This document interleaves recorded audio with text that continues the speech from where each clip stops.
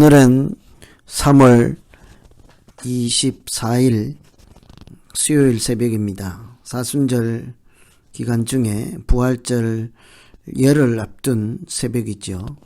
사순절에 십자가를 기억하고 또 십자가의 사랑과 은혜를 기억하고 또 우리 십자가를 지고 예수님을 따라가기 위한 경건의 훈련을 하며 아주 뜻깊게 보내는 부활절을 준비하는 그런 시간을 우리가 보내고 있습니다. 오늘도 부활절 소망하며 또 십자가 앞에서 기도할 하나님의 말씀 마가복음 10장 1절에서 16절입니다. 마가복음 10장 1절에서 16절 말씀 봉독하겠습니다. 예수께서 거기서 떠나 유대 지경과 요단강 건너편으로 가시니 무리가 다시 모여들거늘 예수께서 다시 전례대로 가르치시더니 바리새인들이 예수께 나와 그를 시험하여 묻되 사람이 아내를 내어버리는 것이 옳으니까?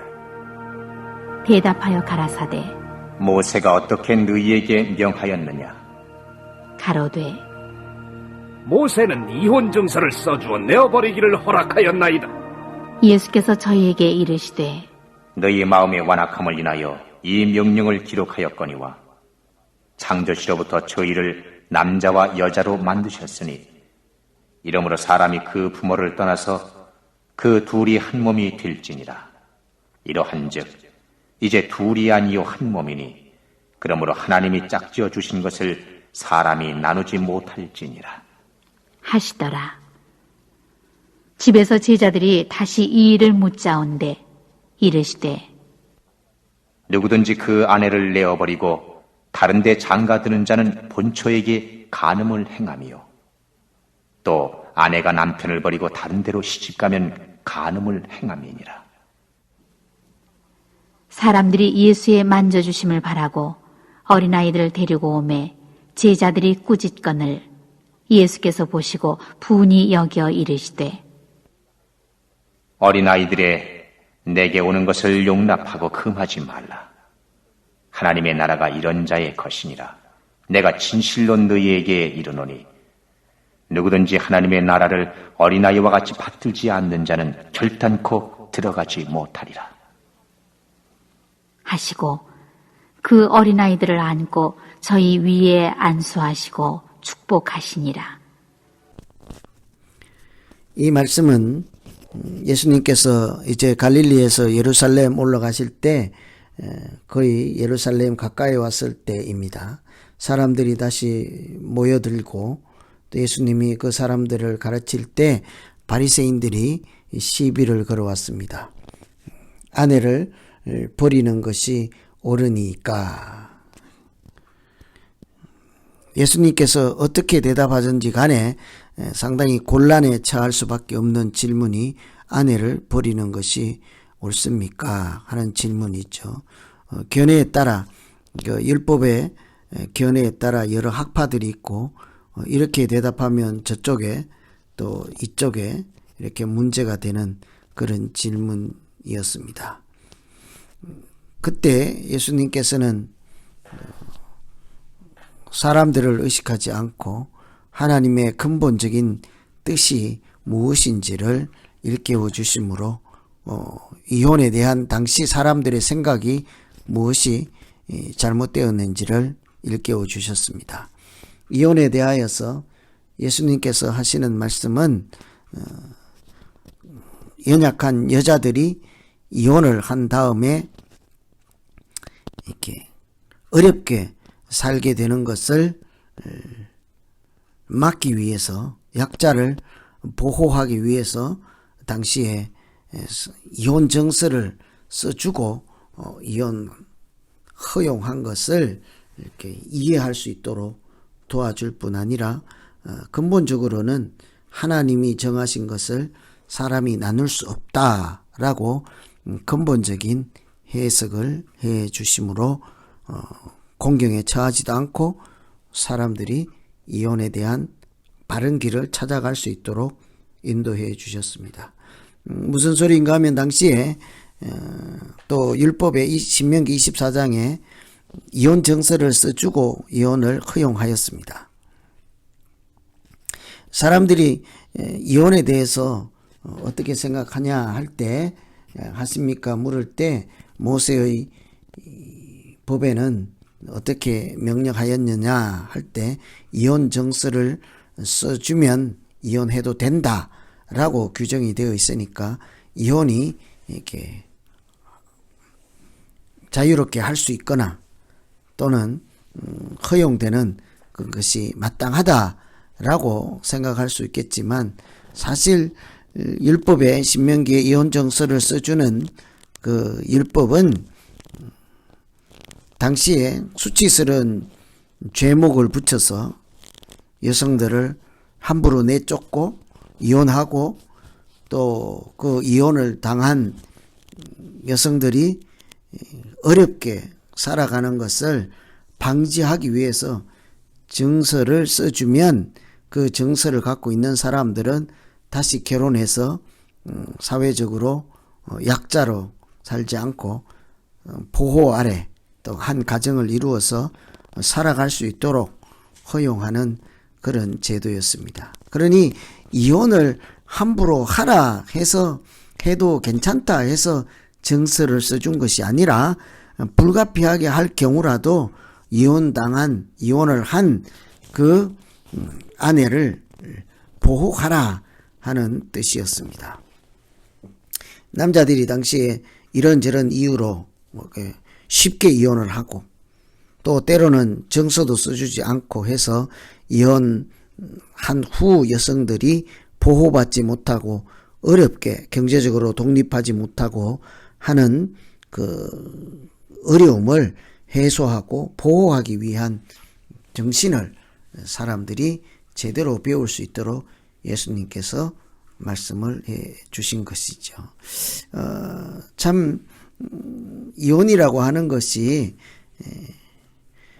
사람인지라 이런 이유 또 저런 이유로 이혼을 할 경우가 있습니다. 그런데 이혼한 뒤에 사는 것을 보면 실제로 오늘날도 여성들이 상당히 어렵게 살 수밖에 없는 것이 이혼한 후에 나타나는 현상이라 할 수 있겠죠.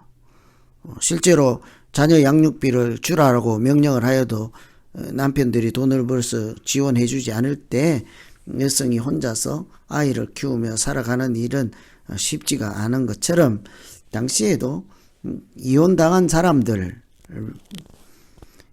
경제적으로 약자요 보호받지 못하는 사람이요 사회적으로도 참 어렵게 살 수밖에 없는 현실이었습니다.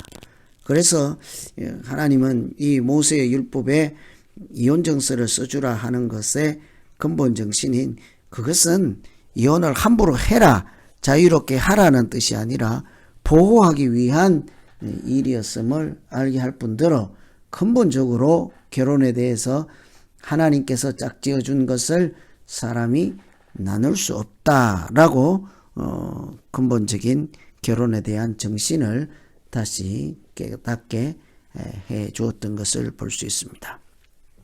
그래서 우리가 이런 대목을 생각하면 예수님은 항상 성경에서 어린아이, 약자, 또 나그네 이런 약한 사람들 편에 서서 그들을 보호하고 그들을 구원하고 또 그들이 살아갈 길을 마련하시는 사랑의 하나님인 것을 볼 수가 있죠.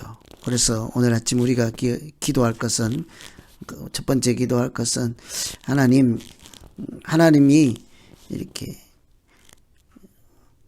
어떤 일을 허용할 때도 그것을 인간의 생각으로 남용하지 않게 하시고 하나님께서 말씀하시는 근본 정신을 잘 새기고 깨닫게 하여서 우리가 하나님의 백성답게 하나님이 하신 일들을 사람의 생각으로 함부로 하지 않도록 그렇게 우리에게 분별력을 주시고 하나님의 뜻에 합당하게 살아가기 위해서 최선을 다하는 하나님의 사람들 되게 하여 주시옵소서. 이렇게 기도하면 좋겠습니다. 특별히 결혼과 관련해서 연약한 처지에 있는 여성들을 보호하고 또 그들과 함께 희노애락을 누리며 고통을 함께 나누는 우리 모두 되게 해 주십시오. 이렇게 기도할 수 있겠습니다. 이런 모든 것이 사실은 십자가의 정신이라 할 수 있는 거죠. 하나님께서 보호하고 생명을 허락해 주시고 구원해 주시고 하는 것이 십자가 정신 아니겠습니까? 두 번째, 오늘 뒤에 나오는 말씀은 어린아이에 대한 말씀이죠. 어린아이가 예수님께 다가오는 것을 보고 제자들이 막았었습니다. 하나님의 은혜, 예수님께서 만져주심을 기대하고 다가오는 사람들을 막아서는 것을 보고 그 사람이 어린아이라고 해서 막지 말라 하는 것이죠. 사실은 어른이든 아이든 하나님의 은혜가 필요한 것은 사실 아니겠습니까? 어린이는 어린이 나름대로, 또 어른은 어른 나름대로 하나님의 은혜와 사랑이 필요한데, 이 어린아이들이 다가오는 것을 막았을 때 예수님께서 막지 말라 하죠. 그리고서 하시는 말씀이 이 어린아이와 같이 하나님 나라에 들어갈 자, 하나님 나라를 받들지 않고는 하나님 나라에 들어갈 수 없다라고 합니다. 어린아이도 사실은 약자 중에 약자 아니겠습니까? 그런데 어린아이들의 특징은 뭐 여러 가지가 있겠습니다만 오늘 말씀에 언급한 것과 관련해서는 어린아이들이 하나님 나라를 받드는, 어린아이와 같이 받들지 않는 자는 들어가지 못한다 했으니까 어린아이들은 하나님 나라를 잘 받드는 사람, 그래서 하나님 나라가 이런 자의 것이다 라고 말씀하죠. 어린아이들이 왜 하나님 나라를 잘 받든다고 하겠습니까? 그들도 약자니까 하나님의 이름을 부르고 하나님의 은혜와 사랑을 입어야 살아갈 수 있는 사람들이지 않겠어요? 어린아이. 누군가의 도움, 의지해서 살아갈 수밖에 없는 약자 중에 약자이죠. 그들은 순수하게 누군가의 도움을 항상 기대하고 바라고 붙잡고 있죠. 어린아이들은 하나님을 그렇게 의지하고 순수한 마음으로 하나님을 또 하나님 나라를 붙잡는 사람들이라 이렇게 성경 오늘 말씀 표현에 따르면 그런 존재라 하는 것이죠. 그래서 그들은 이렇게 순수하게 또 하나님을 거짓되지 않게 또 철저하게 이렇게 붙잡는 그런 특성을 갖고 있다라고 할 수 있을 것입니다. 어린아이들은 어른이나 또 누구든지 의지할 때 쉽게 의지하지 않습니까? 오죽하면 배가 고프면 내가 밥 줄게 하면 따라가는 것이 어린아이들이잖아요. 믿는 거죠. 그 사람이 나쁜 사람이라 할지라도 저 사람이 나를 밥을 줄 것이라 하고 믿는 것 아니겠어요? 그 어린아이는 그 사람이 가서 밥을 주지 않으면 살기 어려운 존재이므로 그 사람이 나쁜 사람으로 속이는 말을 할지라도 따라가는 그런 연약한 존재이기도 합니다. 그래서 어린아이들을 하나님 나라를 잘 받드는 그런 사람으로 표현된 것을 생각하고 연약한 자들이 하나님 앞에 나오는 것을 막지 말라 하시는 하나님 말씀을 우리가 기억할 때 두 번째 우리가 기도할 것은 하나님, 우리 자신도 연약하여서 어린아이와 같은 심정으로 하나님을 붙잡을 수밖에 없는 존재입니다. 어른이라고 해서 나 혼자 하나님 없이도 당당하게 살아갈 것 같지만 사실은 하나님 없이는 우리가 마치 어린아이와 같은 연약한 존재일 뿐입니다. 하나님 우리를 긍휼히 여겨주시고 또 우리에게 하나님을 순전한 마음으로 어린아이가 자기에게 도움을 줄 만한 사람을 이렇게 꽉 잡고 의지하고 순종하고 이렇게 하는 것처럼 우리도 순전한 마음으로 하나님을 붙잡고 살아가는 그런 믿음 더하여 주시옵소서. 이렇게 기도할 수 있겠습니다. 오늘은 이혼당하는 사람들과 또 어린아이를 공통적으로 연약한 입장에 있는 사람들이라 생각할 때 하나님께서는 그들을 보호하시고 또 하나님 은혜로 나오는 것을 막지 말라 하신 것을 생각하면서 우리 같이 한번 오늘 말씀 의지해서 기도하면 좋겠습니다. 하나님 우리가 이런 연약한 중에 연약한 자입니다. 긍휼히 여겨주시고 우리가 살아갈 길을 인도하여 주셔서 우리에게 참 목자 되어 주시옵소서. 십자가의 정신인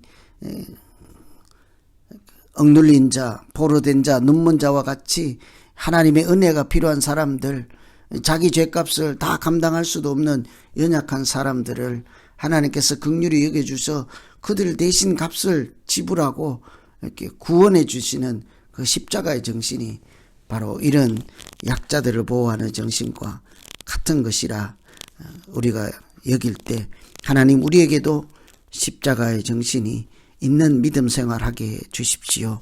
우리 같이 한번 기도하겠습니다. 하나님 아버지, 우리가 믿음 생활할 때 주변을 돌아보게 하시고 연약한 자들을 돌아보게 하시고 아니 내 자신이 연약한 자임을 고백하며 오직 하나님의 은혜를 붙잡고 살아가기를 소원합니다. 나 혼자 잘 살 수 있을 것 같지만 하나님 없이는 사실은 한 치 앞도 장담할 수가 없고 하루도 살아갈 수 없는 연약한 존재에 지나지 않음을 고백합니다. 주님, 이런 우리의 연약함을 불쌍히 여겨주시고 하나님 말씀 의지해서 또 하나님 은혜와 사랑에 의지해서 하나님의 사람으로 살아가는 일에 최선을 다하고 특별히 사순절 기간 동안 경건을 생각하며 십자가를 붙잡고 하루하루 살아가는 예수님 따라가는 우리 모두 되게 하여 주시옵소서. 나만 생각하지 않게 하시고 주변을 돌아보며 연약한 자들과 더불어 살아가는 우리 모두 되게 하여 주시고 특별히 연약한 자들을 막아서거나 또 자기 권리를 남용하여서 그들의 연약함을 외면하거나 모른다 하는 그런 사람 되지 않게 하시고 그들과 고통을 함께 나누고 어려운 또 무거운 짐을 함께 지며 나누어지며 같이 울고 같이 웃을 수 있는 하나님의 마음을 가지고 믿음 생활하는 우리 모두 되게 하여 주시옵소서.